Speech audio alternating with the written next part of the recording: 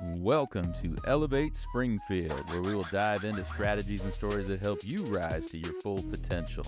Each episode, we'll talk about how you can take intentional steps to elevate your life and your business while making a meaningful impact on those around you. Along the way, we're going to bring in the change makers from our community that are already elevating. We'll bring the actionable strategies, you bring the discipline and follow through, and together we can elevate Springfield. All right, let's go, Springfield. Time to 10X, time to level up. Hey, you are listening to the Elevate Springfield podcast, coming to you from the Big Dog Construction Studio in beautiful downtown Springfield. Robert Farrell here, certified 10X coach, speaker, and mentor, here to bring you actionable strategies. You bring the discipline and follow through, and together we're going to elevate Springfield. Well, hey, you are listening to the Wellness Upgrade on Elevate Springfield, where we're going to bring you specific strategies to help elevate your health and wellness. Hey, if you're not elevating your health and wellness, you're not going to be able to elevate in all other areas. This is the baseline. You know I'm passionate about it, and you know that's why I brought this segment to Elevate Springfield. We want to thank our friends over at Shudokan Karate Club here in Springfield. Sensei Dennis and his team, over 50 years in the Springfield area. Traditional karate, teaching self-discipline, confidence, community. Traditional, powerful, real. That's Shudokan Karate Club here in Springfield. Check them out. ShudokanKarateSpringfield.com. We're going to get right to our guest after the break. When I first walked into Shudokan Karate Club, I was just looking for a way to get stronger, but what I found was so much more. Here we train in traditional karate, the real stuff, passed down through generations. Every punch, every kata has purpose. I've learned self-discipline, confidence, and how to protect myself. Not just in class, but in real life. It's not about being aggressive, it's about being prepared. This is more than a club, it's a way of life. Join us at Shudokan, traditional, powerful, real. Kyleigh! And we are back for another edition of the Wellness Upgrade. Hey, familiar face. You've seen her multiple times in here. Miss Kylie Melvin from the Primitive Prairie. How we doing? Good. How are you doing? Doing fantastic. Awesome. Remind everybody what you do. I am a board-certified natural wellness practitioner and a clinical herbalist with the Primitive Prairie. There you go. And you brought me an order today. What's in my order? Did. What did I get today? Oh, man. What? Turkey tail tincture, which is good this time of year for immune support. Well, there's a junior detox in there. Okay. There you and go. some soap and some calendula salve, which is probably for you as well. Oh, is that my hand stuff? Yeah. Okay. That's All right. probably for you. Yeah, probably Yeah. is. That sounds familiar now. Yeah. Okay. It's all great stuff. So Awesome. there you go.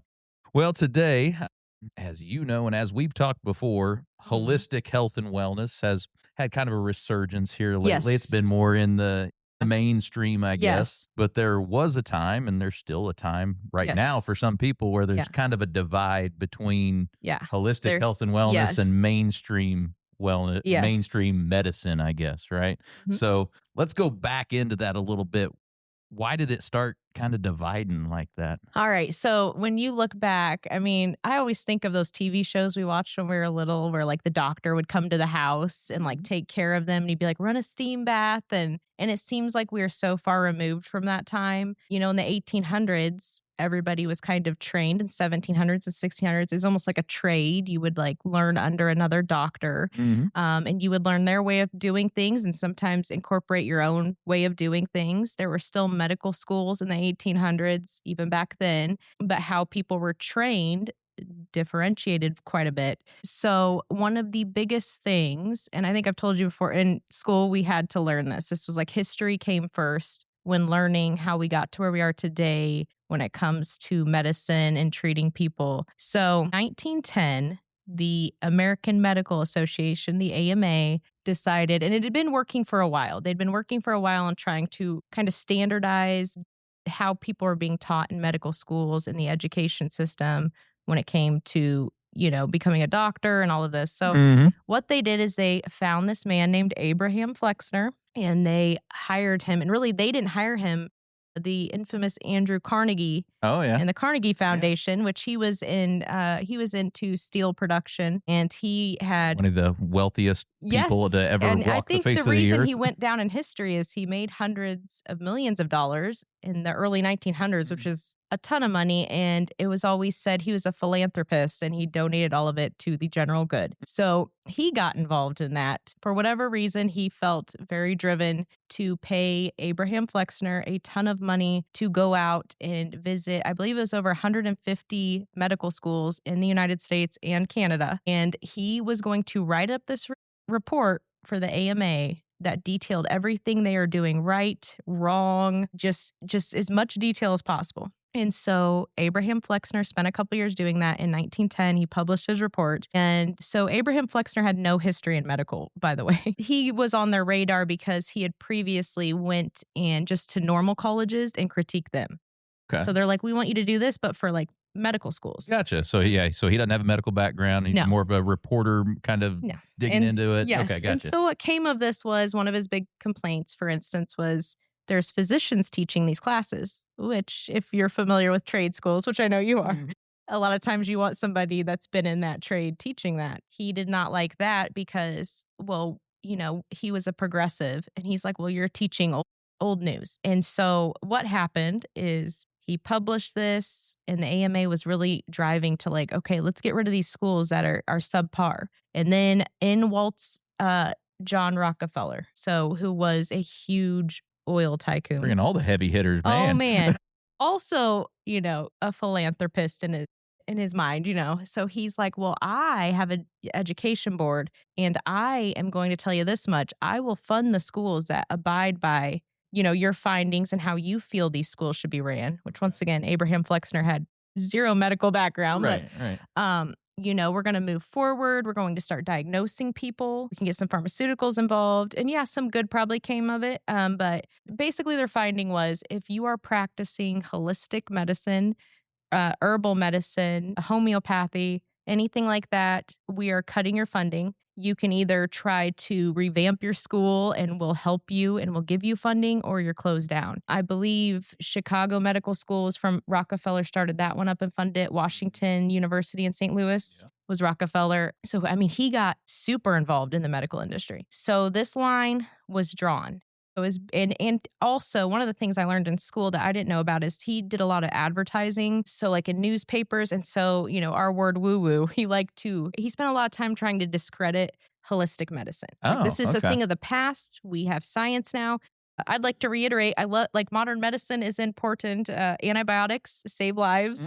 There's a time and a place, but there was a divide. Like, we don't work together. You are either with us or you are against us. One of the things that came about with it was this conspiracy that Rockefeller, being an oil tycoon, had all of these petroleum byproducts left over and he needed to use them. They are used in making the synthetic derivative. So for instance, in this everything essentially.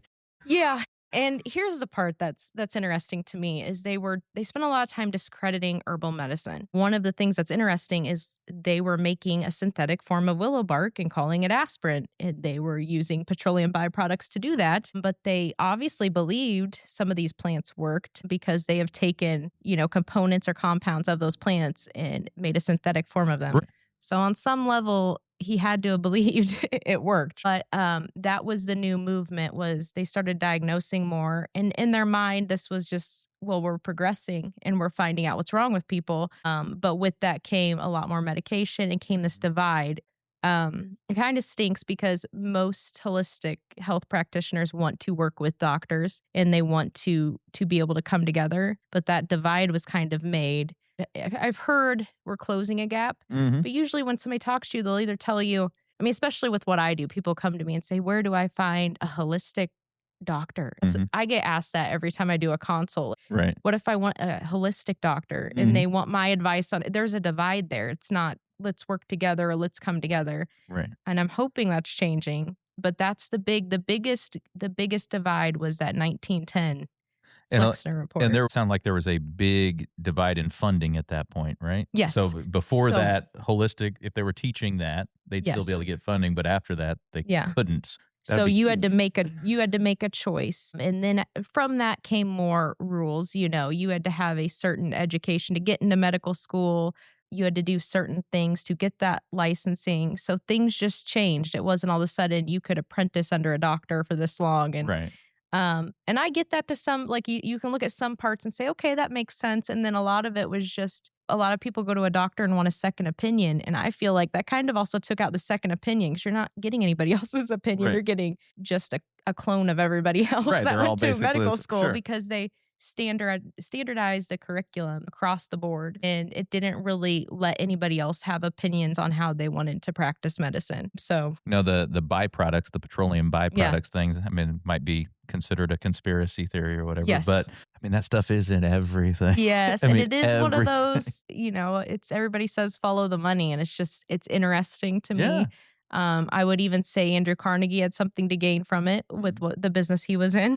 But it was odd to me. And John Rockefeller saw so much potential in Abraham Flexner. He actually hired him on to write reports for him for all sorts of odd things. Uh-huh. Just like, well, you did good with that one. Let's see what you could do with Right. this and this. And so it's just odd. When you follow the money, it's odd. The coincidences, I guess we could call them. Well, I mean, do you think that was kind of the start? Because when I think of holistic health and wellness versus maybe modern medicine, is Yes. holistic health and wellness is, hey, let's treat the root, Yes, the whole yeah, body, the 100%. root, right? And, maybe modern medicine is more let's treat this symptom and see if And we can it's- get rid of that symptom. It's anytime I'm in like a public, and whether it's like one of the classes I'm teaching, a lot of times we'll have like just a classroom talk at the end. And there's always nurses, that's a somewhat common profession. And there's always some out there that they'll ask me a question and I'll say something back about, let's look at the foundations of health. And they always say, well, I never learned that in Right. school. And it's crazy, always, isn't it? it's always like, that's all I learned in school. Like I didn't learn anything about labeling anything. It was like, let's look at how your body systems that all communicate are impacted by this and this. And one of my biggest consultations are people with thyroid issues and gallbladder issues. And I always talk about like post their gallbladder removal. I'll be like, what did your doctor tell you about taking care of yourself now? And they said everything's fine, just go about my day. I'm like, well, you can't. You removed a part of your plumbing here. It's changing everything right now. Like you're probably having cramping and it's just not all doctors are like that either, but a lot of them have just not been trained to look at that part of it, in my opinion. Some have, and some research in their spare time. And so, but I'm hoping we're like closing that gap here. Yeah. And it floors me the education piece, the lack of nutrition education and things like that within medicine. That is one of the biggest components of everything too, of your body's stress response, your immune system, even your circadian rhythm is all nutrition. So that's one of the biggest parts of your foundations of health. And I feel like part of it's people don't want to offend anybody. They don't want to say you need to change your diet. Right. Somebody should tell people that it's important. It's going to lead to them having a longer life, a healthier life. And it's the simplest thing to do. I mean, it takes some discipline on yourself to do it, but it's easiest thing to, hey, eat this. It'll become a habit. Yeah. I can't remember what we were eating the other day. What were we? Oh, you know what it was? We had a situation where we had to go get like coffee creamer. And I tasted it and my husband's drinking it. And in that moment, we were both just like, you can like taste the artificial flavor. Me 20 years ago, like crunching for something with school would have not noticed a difference. I'd have been like, this tastes just like Snickers or something. Right. And I even think he tried to get the most natural, like the sweet cream, the most natural sounding one. You can taste the artificial flavor. It is going to take discipline until it's just a habit and you will notice a difference. You won't want to eat anything else. You won't want to go back. Yeah, once you develop and really drive that habit in, you don't want to go back. It just takes time. It's that 80-20. Like try it 80% of the time and then it'll eventually just be your way of life. So after that 1910 report, you started kind of Ving, I guess. Yeah. What happened after that? Was it just a continuous, hey, you're going this way and they're going this way type of thing? Yeah, there was definitely, if you were studying anything like that, especially those fresh years after, like the 1920s and 30s, pharmaceuticals were taking off rapidly. Things were developing all the time. And it was one of those things like you don't want to go to a doctor that's not progressive and not like, look what I can fix you and I can diagnose you with this. And I think that just made the divide greater and like I said, there's a time and place for medicine and I'm glad we've evolved our medical knowledge and we have these things to help people. Sometimes they're really necessary, but it just dismissed the previous way of life. Like the whole, like, let's look at your body. How are you sleeping? Those basic questions, nobody asks them anymore. Right. They just don't. And they're so simple. Yeah. It's just, like you said, for those like really acute things, like, Yeah. hey, I have a broken leg. yeah. let's bring on the Yes. modern, let's get it done. Yes. Do you think it's more, I don't know, people that with the holistic side, it's not as quite a quick fix as some it's other work. stuff? Is it because it's a little more work that people maybe shy away from it sometimes? I 100% believe that. I think last time I was in here, I was talking about my hormonal health class for women. And I remember telling my husband, I was like, some are going to want to do this and some it's not going to be what they signed up for because it's work. And I was like, let's track your sleep. Let's try to fix your like little baby steps that I felt were doable. But some people I almost think they were just wanting me to be like, here's some herbs you could take and it'll fix here's you. an herb. Here's 3 things to Yes. do right now. And why I love herbs and they're great to supplement with. You have to start with you. You have to set yourself up for success. And so I'm big on that. And I realized in that class, it was like a 50-50. It was one of those things I feel like is a bit much for some people, but it's like, that's what I believe in. And I want to, do right by what I believe in. And we're going to see this through. But I think people do like the easy way out. And sometimes just having that label, like somebody saying, well, you have this, it's easier than facing what else is going on. Right. It's just easier to get that diagnosis and be like, well, that's what's wrong. Yeah, I have this. I'll take the pill for that. Yeah. There you go. This is what's wrong. And Right. it's easier than diving into the root causes, 100%. Yeah. That's always in the back of my mind with that. It's just maybe people. It's easier for people to go the other route. Yeah, 100%. I think that's most of it. So how the class has been going? I mean, you've had that, and you've been doing some other ones on evenings. I think I've been seeing around on social. Oh yeah. So we wrapped up the women's health class. That was like 1 month, and I had somebody wanted to keep going, which was awesome. And she was really taking the tools, and she has young kids in her bed. And so sleep was hard, and she was really working at it. So much so that I was like, just shoot me a text and we'll keep working together. I'll keep trying to motivate you. And then the other classes, I've been traveling somewhere to teach class weekly or twice a week. And those have been amazing because it's so neat watching people all of a sudden be like, no, I want to fix our household. And you think they're there for the herbs because that's what the classes are. It's learning about having like a home apothecary. But you start talking to them. It's like, no, they're already on this journey to like reset their whole household. And it's so cool. I was like, oh, thank goodness. Because we've had a great turnout. They've been all full classes. That's awesome. Because it could be difficult to fill classes. I was worried. And they're spreading out. I'm starting to book some more I haven't released yet. So they're just in motion. We're getting it going, but I'm excited. That's a good sign, though. Yeah, people are getting into it, and it is. The first it. class is boring. I thought I was going to lose them all because that's like safety and like. Right. I'm very passionate about the safety component with herbs. And so it was a lot of packet work. I'm like, they're not going to come back, but most of them did. So then we did fun stuff. We made a comfrey salve, which is for muscle pain. Because I was like, this is one of those herbs that'll make you a believer. Like you'll go from being like, do they work? Maybe we'll see. But if you use that on a sore muscle, it's like, you're like, oh my goodness, this worked. So I was like, this is what we're going to make today. Is comfrey the herb? Yes. So comfrey's the herb. Just making sure because that one sounds like comfrey salve. I'm like, is that the herb or is that just the name of something? Yeah, comfrey is the herb, and it was used in ancient. So like it's a Latin name. It is actually derived from Achilles because they believed to use comfrey to heal all his wounds. So it has like an ancient history, but it does work. Cool. Yes, it does work for like muscle knots. I was like, you guys take this home. There's somebody in class putting it on her ankle. She's like, I have a messed up ankle right now. Go I was like, let's go. Let's get it. No, that's awesome. Like you said, with some of the other modern medicine stuff, they're taking some of the, essentially synthetic versions of what you already are doing. It's becoming more rare because they're starting to do all this stuff in labs. But most of the first pharmaceuticals were all from plants. So it's like, it's so weird you're saying this doesn't work yet. That's so crazy how they do. And then I think a lot of people do defend that by saying, well, no, they're just trying to be able to, make it on a larger scale and be able to control the dosing. And so I was like, well, I get, but still I was like, but if you just use the pure plant. Right. I mean, there's like not as much risk involved in that. So yeah, why have all the other junk? Yeah. Just have the real thing. Yeah. So I don't know. So you said you feel like you're starting to come Yeah. together a little bit more. Where are you seeing that at?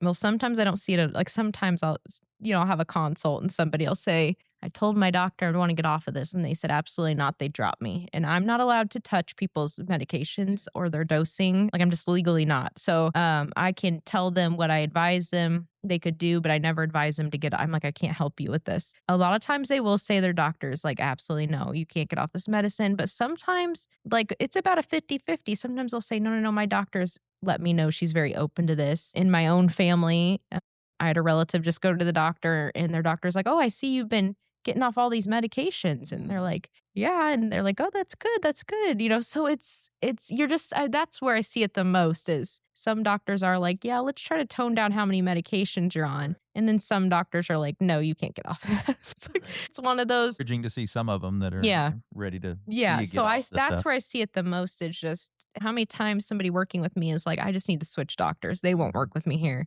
And how many times they're like, my doctor's already working with me. Or they're already saying, oh, my doctor kind of opened my eyes to this. I'm like, oh, that's good. That's a good sign. Right. Yeah, no, it'd be nice to get back to the point, or I don't know if we were ever at that point, but get to the point where holistic health and wellness is the baseline, and then you get to the acute problems with the other stuff when you need it. Yes, So, and other countries are definitely taking a lead on this.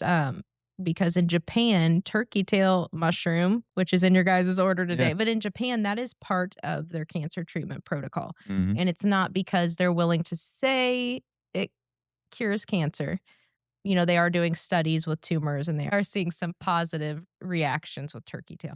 I'll put it that way. But one thing they're saying is that it's not so immune stimulating of a mushroom that it's going to cause whole body inflammation. It's like perfect it's what they call an immune modulator. So it kind of keeps things running as they should. And they're always kind of on the lookout, your immune cells. So they use it with cancer treatment in Japan because it helps their patients. They say it helps the treatment work better. Like I said, they like using weird words to not say it's actually to say that. Yeah. So they will say it helps the treatment work better and also helps keep them well during their treatment. Mhm. So some countries use herbs and ours is just not one where it's one of your normal protocols. And that's what I'd like to see happen where they're willing to give it a try, willing to be like, let's use this herb as well as a supplement.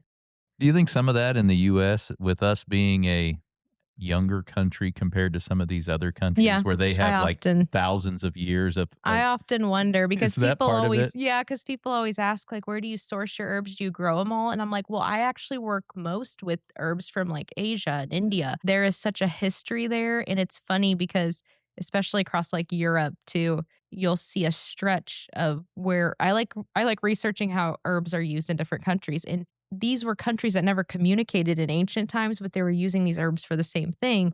And so I love having that history. So I use a lot of herbs you can't grow here. And I think they have such a history in traditional Chinese medicine. And so I think that does play a huge part. They just know that herb well. It's always been a part of their protocol. It's safe to them. It's not feared. Yeah, I would think so. I mean, it's so embedded in their culture compared I think so to ours. too. They're not scared to use it. Right. But I don't know. They, like I said here, if you ask a doctor, they always just say there's not enough research. There's not enough research on that. I'm like, that's weird because when I look it up, I'm seeing they're doing all sorts of trials with this. Right. And people have been doing this stuff for thousands of years. Yeah. But now they worry, oh, this herb's going to interact with this medication I have you on, or that now there's all these other components that I wonder if that might be the bigger thing. I've already got you on this. We don't have any research on what that does to this. So now I'm concerned. Yes. That's another thing. It's just, I'm just hoping, like I said, I feel like if they started teaching that in medical school, just like an extra class, we could start coming together on that. But it hasn't happened yet, but maybe potentially. Well, maybe not to get too political with it, but maybe if we started going down that road more, we're not going to bankrupt our country with healthcare costs. Maybe. Yeah, that would be, I know. Yeah, we don't want to go. I'm not going to go too far down that road, but we do spend an awful lot of money on healthcare right now. So yeah, out of everybody. Yes. I think if we're all go down the health and wellness route, the holistic health and wellness route, we might be able to save a little money for our country. For sure. Well, remind everybody, it's been a while since we've talked about it. Remind everybody your foundations of health before we close out here. All right. The foundations of health are your sleep, your diet, so eating whole foods, exercise, you want to get to moving, water intake always. And then the last one, a lot of people add on is just general like wellness, whether that's like spiritual, meditating, church, going on a hike in nature, what calms you, and implementing that into your day as well for a little bit. There you go. Yep. Awesome. So what's next for you? What classes do you have coming up here soon that you want to discuss? It's the same series. It's just one of those, if you keep an eye like on my Facebook or Instagram.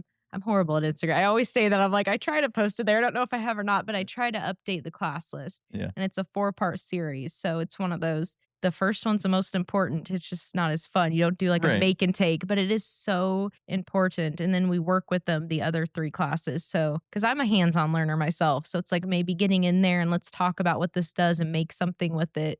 I think that helps them. But that's what I have going on. I'm trying to bebop all over the place. I'm in Christian County. I'm heading to Morgan County, Menard County.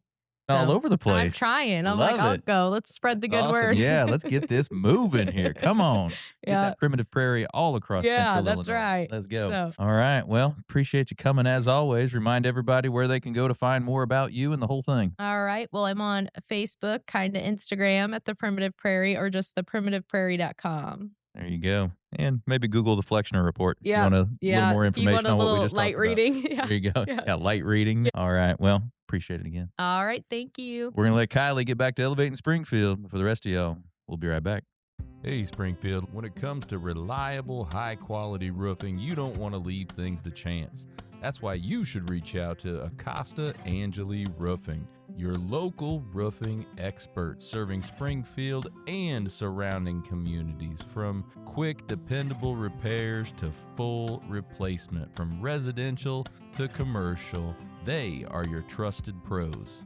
Call them today at 217-993-2748 or visit their website to book your free quote and inspection. Don't wait. A little leak now could lead to major damage later. Trust the local experts, protect your home, and get peace of mind with Acosta Angeli Roofing. Well, thank you for joining us today, everybody. Appreciate you making us a part of your day. Hope you're enjoying these quick hits of actionable strategies here on the Wellness Upgrade on Elevate Springfield. Thank you again to Shudokan Karate Club. Hey, take what you learned today. You bring the discipline and follow through, and together, that's right, y'all, we're going to elevate Springfield. Be great. Looking for expert tree care with hometown integrity? Look no further than Sangamon Tree Service. They're your trusted local pros, delivering quality workmanship, exceptional customer service, and fair, honest pricing every time. Whether it's trimming, removal, or storm cleanup, their team brings professionalism and care to every job, big or small.